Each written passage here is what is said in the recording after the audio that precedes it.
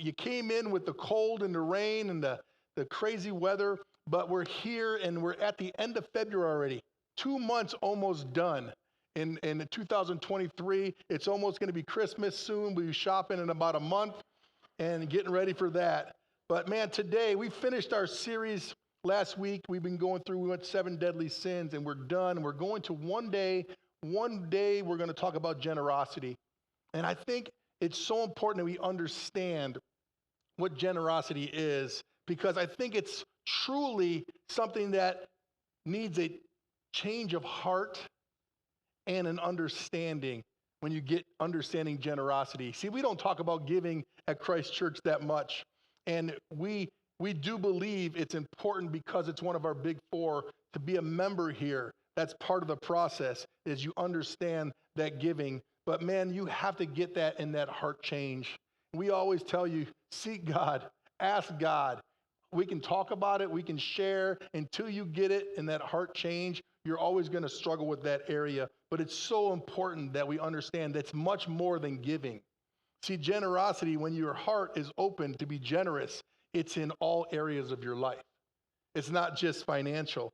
See, when we are focused on the right things and it lines up with the Word of God, and it lines up everything we do in life with how Jesus would live and what he would do, then we can live a generous life in all areas. Then and only then can we let go and stop sitting and holding on to things so tightly. I know Dee mentioned that song. It was so cool that my wife and the team could sing it, because I cannot sing, but I'm going to break it down because it's so important. When I was praying to do this message and writing and put it together, that song kept beating in my head how important it is for generosity to understand what's first. If we don't have the first thing first, it's hard to do anything else after that. So again, let that just sink in as you listen to the words. I'm going to read them, not sing them, because you'd run and scream. But it starts out, all the things that I have held dear, the vanities that whispered in my ear, what would I do if they all disappeared? You ever been there? Life is going so good, and I'm in comfort, and things are just, man, awesome, and something happens. What would you do if it just disappeared, all that good? And I love that. See, if we don't have the first things first, if we don't understand Jesus is it, we're going to struggle. It says, riches and fame and all that they could buy, I've come to find they never satisfy. What would I gain if my soul's the price? I don't want to love what the world loves. I don't want to chase what the world does. I only want you. Could you imagine if we focused that way? That Jesus, I want to learn. I want to open this up. I want to study your word, and I want to apply it to my life, because knowledge is dangerous unless you start applying it.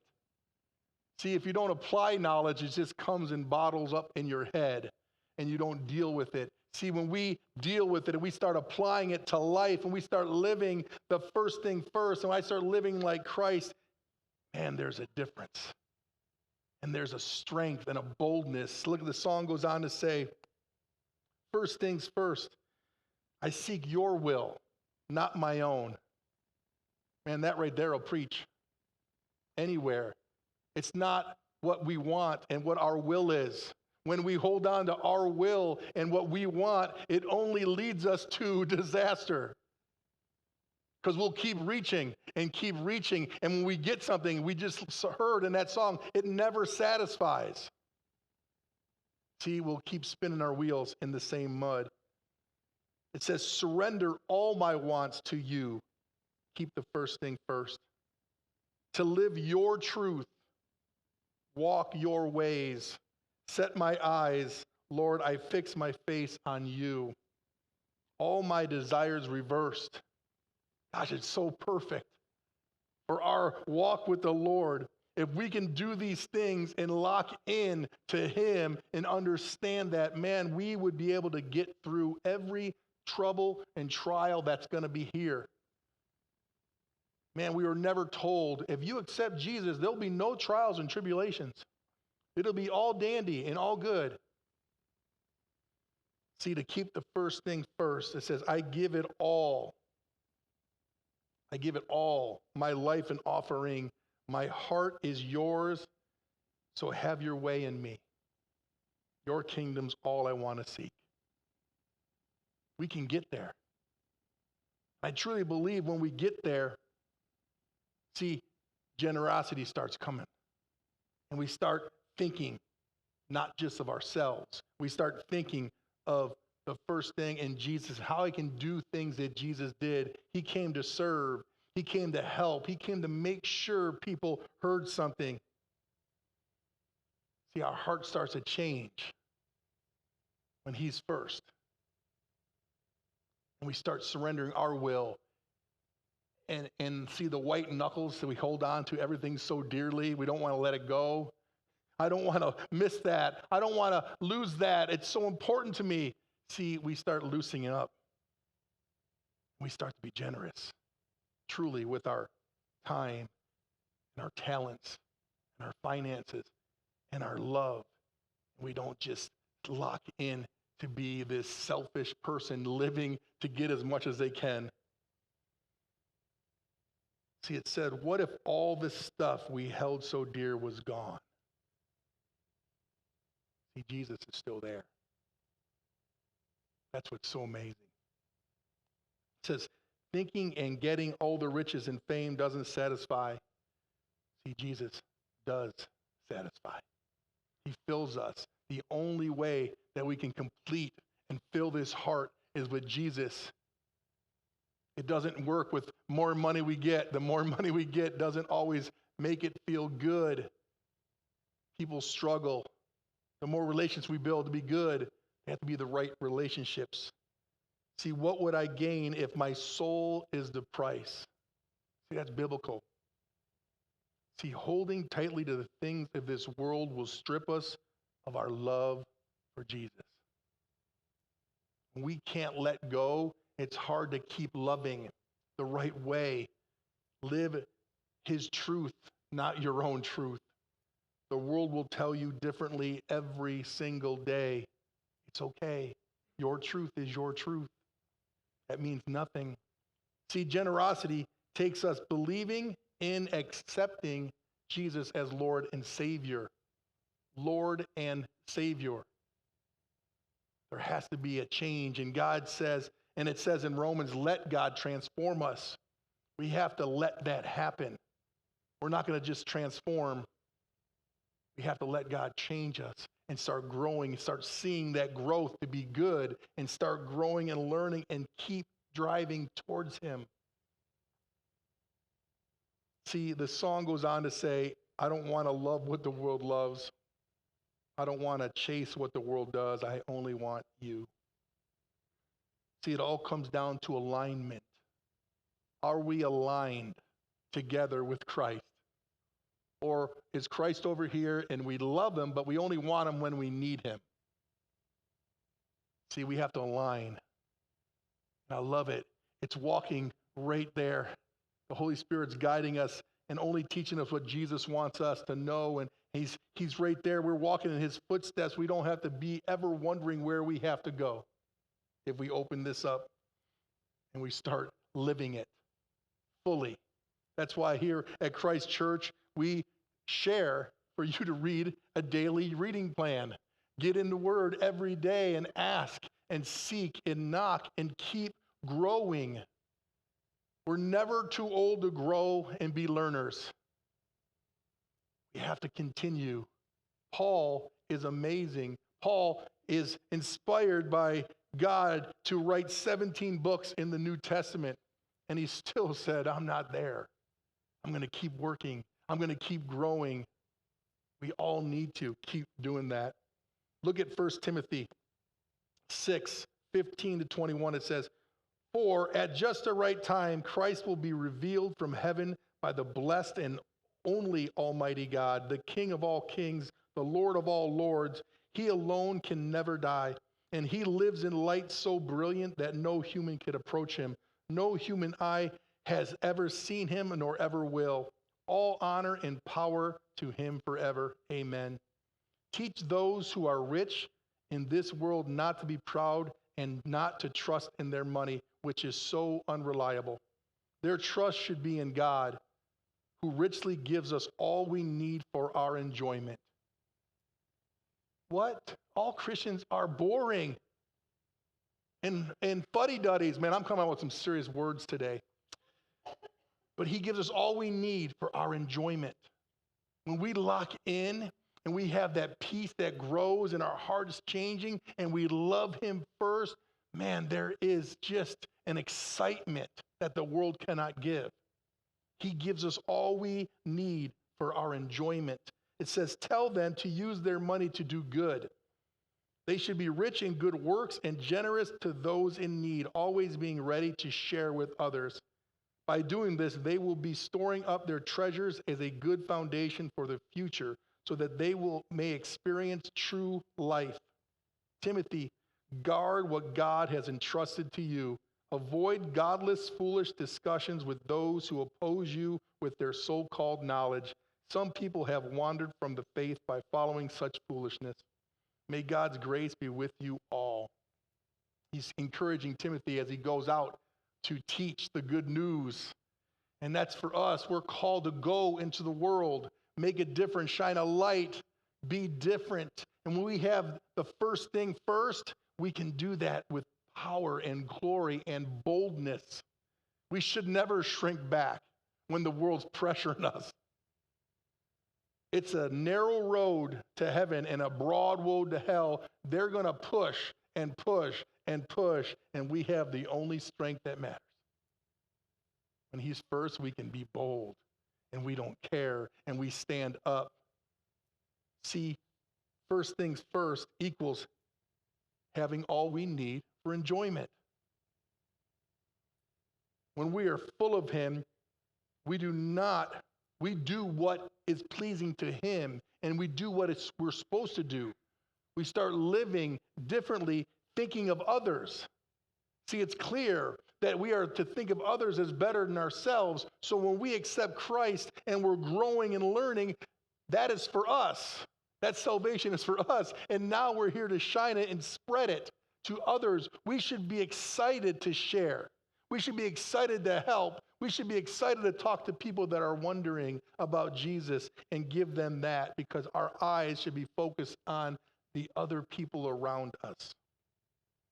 See, our focus becomes kingdom-centered. Then we're generous. Again, it's not financial only. It's with our time, serving, making boxes of food for other countries, packing it in 2 hours, I think it is, 2 hours and 15 minutes, some weird time. But see, we don't think only of, well, my schedule's so busy, can I give rid of an hour for this or that? No, see, we start living because Christ is first. We start living and going, all right, that will happen. And see, God makes it happen. He gives you time. Everyone has the same 24 hours a day, but he will make things happen when you let go and start living for him. See, that generosity helps us be complete. Because if he created us in his image and for a purpose, then we start to live in that purpose. We start to live by giving. We start to live by serving. We start to live by using our talents, what we're good at, to help others. You do not want me helping fix anything. I cannot. But see, there's people that can. I cannot sing, but I love using songs. I love songs, so we have other people sing. See, we have talents that we have, and they can be used. See, that's part of generosity. Don't hold your giftings for you. Let them shine. Look at Proverbs 11:25. It says, the generous will prosper. Those who refresh others will themselves be refreshed. That's so cool. I've yet to see anyone give something to somebody, and I've watched and noticed this. The person who gives something is excited as the person that receives it is. That person that gives it is so excited. See, when you're generous, it says it refreshes others and it refreshes you. Man, that is amazing to see what you can do by just following Christ. See, as I listened to that song, and it was linked to, I think, the important part of freeing us in our life, when we can understand what he's talking about through that song, I find the next statement vital to understand generosity. See, in the song it says, I seek your will, not my own. If we're seeking our will, it's hard to be generous with things. It says, keep the first thing first, to live your truth, walk your ways. Again, that is hard. We are the biggest problem we have because it's not on purpose. We're selfish. we want, and we want our time. We don't want to give it up too much because it's precious to us. Our money, it's precious to us. See, our talents, it's precious to us.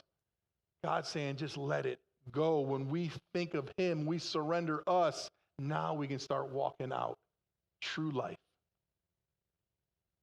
This is the reality for us who call ourselves Christians. See, it's not just a term. Oh yeah, I'm Christian. Yeah, I'm Christian. It's not something just to throw out there. We have a reality of life change, of transformation, of God loved the world so much he sent his son. We can never stop developing and growing and learning to be better because the world's going to press and press and press. If I'm good with this, pretty soon I'm going to get stuck. Keep growing. Keep seeking. That's why he says everyone that asks and seeks and knocks, their things are going to happen. That's us being a part of it. It's free, but we have to be a part of it. We have to do it. It's never been more clear than having so many boys and having mixed families that you got so many gifts sometimes, the little ones, that they never opened it. Well, a free gift is cool, but it's not worth anything if you don't use it. If it's still wrapped in a paper and you never opened it, it had no meaning to you. See, you can love Jesus and believe in Jesus, but never live or try to transform and never use the gift and be miserable. To me, that's one of those oxymorons. A sad, fearful, anxious Christian. Doesn't make sense.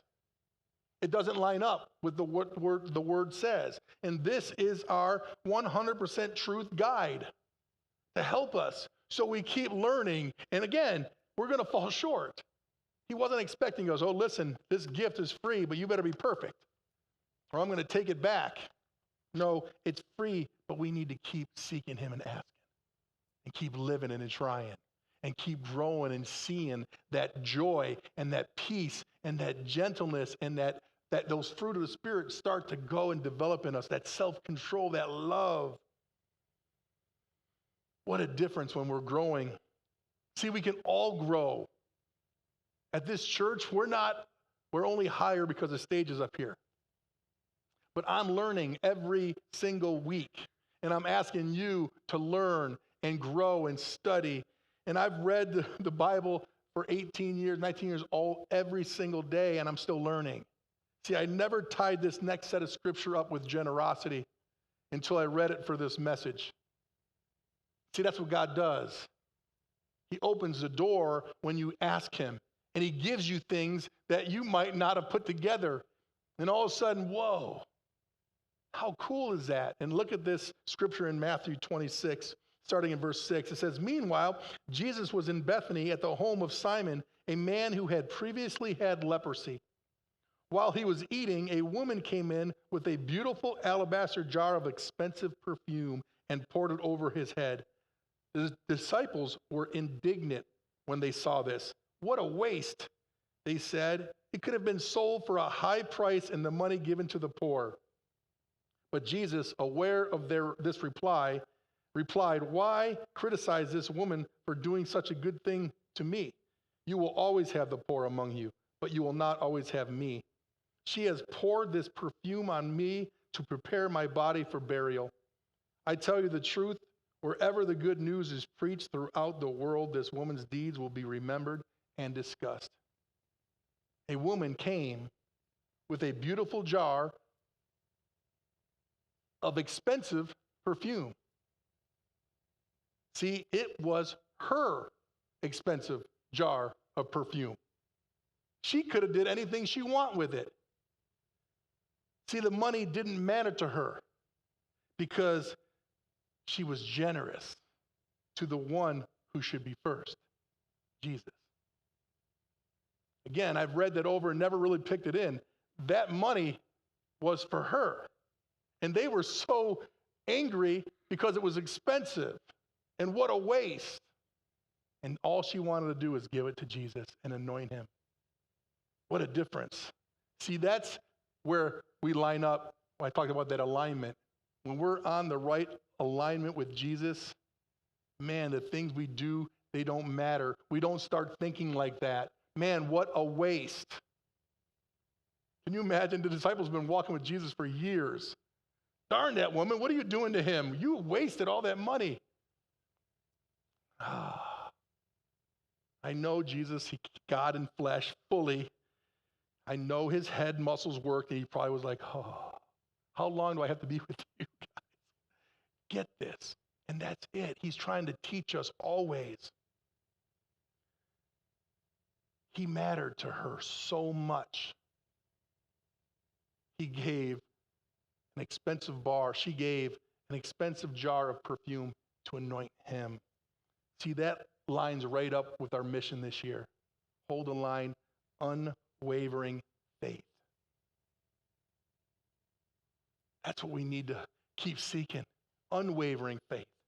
See, generosity shows that we understand the big picture. We start living that generous life, it's not just for ourselves. See, the big picture spreads it out for others. I love this. I want to read this thing from Mother Teresa. And it says, people often ask me what Mother Teresa was like, writes Shane Claiborne in his book, The Irresistible Revolution. Sometimes it's like they wondered if she glowed in the dark or had a halo. He said she was short, wrinkled, and precious, maybe even a little ornery, like a beautiful, wise old granny. But there's one thing I never forgot. Her feet were disfigured and deformed. Each morning, I would stare at them. I wondered if she had contracted leprosy. One day, a sister explained her feet are deformed because she just got enough, because we get just enough donated shoes for everyone.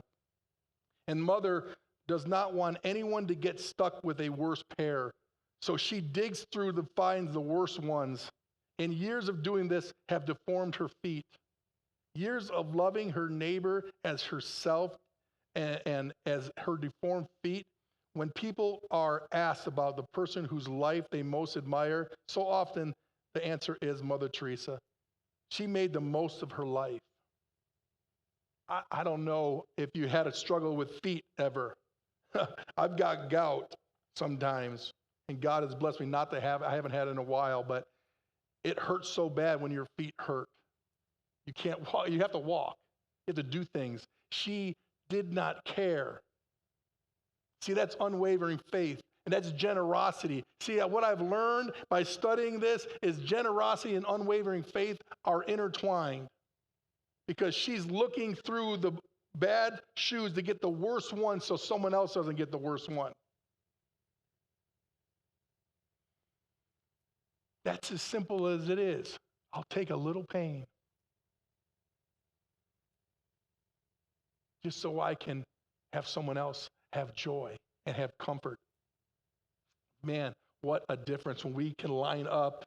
See, Jesus gave his life as a ransom for all. Boom.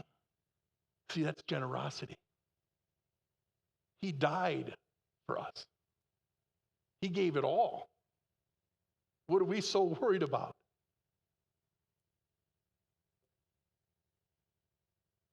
See, I want to share a few things that will help us, I hope, continue to be generous, continue to grow as a church body and as individuals to be generous. One, develop your generosity. Start doing things you never did. Start letting go of things that you've never done. That's how we start developing generosity. See, we're all parts of the body. Jesus is the head here. He is the thing we will focus on, and we will learn, we will lead with him as the head, but we're all better together to make this body work together. See, we give back to missions to help people because of all of you. See, it's important that we understand that everything we have comes from God. And when we let it go back to him, he takes care of us and he helps us and we help others and people grow to know him. That's what we're called to do. Keep reaching to be closer. Look at Deuteronomy 8:17 and 18. It says, he did all this so you would never say to yourself, I have achieved this wealth with my own strength and energy.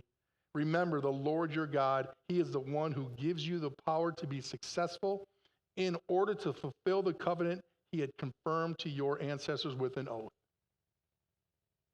He will fill you when you're generous, when he is first, and you're not thinking of your will, you're thinking of his will, and how can I live, and how must I do it? And man, when I go through this bag of bad shoes, I'm going to take the worst one. I'll be honest, growing up, I'm 55 now, growing up before Christ, man, I'd be taking the nicest one. That's just me. But man, what a difference when you start seeing what this little lady would sacrifice always to follow Christ. I love the fact that Jesus always raises the bar. See, he never lowers the bar. And at a church, we can never lower the bar. There's a standard. It's Christ. And as he raises it, we have to raise it. We have to teach truth, his truth. We can't get afraid of, well, that might offend somebody. To people that don't want Jesus, this is offensive.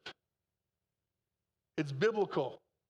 If you read it and you don't want to know, oh, that's not right, you're going to hate when someone teaches truth. And what are you going to want? You're going to want your truth. Everything is covered for us as believers to know what's right and wrong. Everything. It says it in here. It will teach us what's right and wrong and will help us do what's right. Open it up. Let our hearts grow and keep doing it. He never lowers the bar. He never said, oh, that sin is hard for you. Okay, do it. I still love you. See, he still loves us, but he always said, go sin no more. He never okayed people living in sin. We can't. See, when the world starts telling you, well, that's not really a sin, it's how we feel, that's wrong. See, the Bible is always right if you're a believer. Number 2, join us in our vision and mission. Our vision is one real passion here at Christ Church. Each one matters. Be real and follow the passions of Jesus. Each one matters. See, but we're not going to lower the bar to get more people. We're going to raise the bar and be where Christ is, and we're going to keep reaching for people to say, man, the only way is his way. See, when we're bold and we do this together, we invite people and we share with people, and we're all teaching the same thing because we're all learning together, what a difference. See, then be real. The staff here is real. We won't sugarcoat anything. We love people. We love Jesus more, and we'll teach it, and we'll live it, and we'll show it. Then our mission is hold the line, unwavering faith. Be a part of that with us. We're growing to be better. It's okay if you stumble. We love you. We'll help you, and I want you to help me. If I stumble, I'm human. I need to keep growing and getting around people that will sharpen iron and growing with you. So please be a part of what we do. See, when you're a part of something, it makes you more aware and willing. We work on a budget here. 100% of our budget is covered by you. We're non-denominational. We don't get money from the diocese. We don't get money from the Catholic Church. We don't get money from the Baptists. We don't get money from the assemblies. We have nothing but what you give. And God has been amazing because you guys have been faithful. 49% of our finances go to staffing. 10% plus goes to missions. If I'm asking my staff in the church to tithe, then we're going to tithe as a church to other agencies and support them. 41% about, because the mission stuff is up and down, up to 10% and higher, but 41% is utilities, air conditioning, development, stuff that has to happen. We put in 7 air conditioning units in 2020, $80,000. We have no debt. That's because of you. I thank God every day. But that's it. I just wanted you to be aware. We're an open door here. If you're a member here, ask me. I'll show you the books. Show you where the money goes. I'm very frugal. I do not like to spend a lot of money. But man, we are going to do things for Christ. We're going to do things for this town. We're going to do things for this state. We're going to do things to reach people for Jesus. And it's taken generosity, and it takes you and me working together to understand that. See, when we are open with our money, we start to release it. And then it's good for others. I want you to get that. The others, the others, the others. Matthew 6:21 says, wherever your treasure is, there the desires of your heart will be also. See, when our heart is right with God, transformation can take place. Number 3, give God our absolute best. He gave you his son to die so he could cover our sins because we weren't worthy. Don't nonchalantly take this faith and just walk. Oh, I'll do whatever I can here and there. Give him your absolute best. That takes faith in him, truly. See, it's not easy. We're going to need help. We can get help from each other. We get the most help from the Word of God and the Holy Spirit living in us. If you don't know Jesus as your Lord and Savior, every week, I almost say this every week, come and see us. We'll pray with you. We'll help you get on the path. We'll go along and walk with you to learn and grow. But it's a life change that will be constant. Hebrews 11:6 says, and it is impossible to please God without faith. Anyone who wants to come to him must believe that God exists and that he rewards those who sincerely seek him. When we sincerely seek him, the first thing is kept the first thing. When we're sincerely seeking him, he is first. See, we need to love God more than we love our parents and our wives and our husbands and our kids and ourselves. That's what that song is talking about. Let go of you. Take him in, and man, he will lead you correctly, and he will lead you in power and strength because you are his. We are his. He doesn't want us to fall short. He wants us to get through there and be confident and bold. He says we're the head, not the tail. We're not being wagged. We're the front end of that baby. And we should be excited. See, 2 Corinthians 9:10 and 11 says, for God is the one who provides seed for the farmer and then bread to eat. In the same way, he will provide and increase your resources and then produce a great harvest of generosity in you. Yes, you will be enriched in every way so that you can always be generous. And when you take your gifts to those who need them, they will thank God.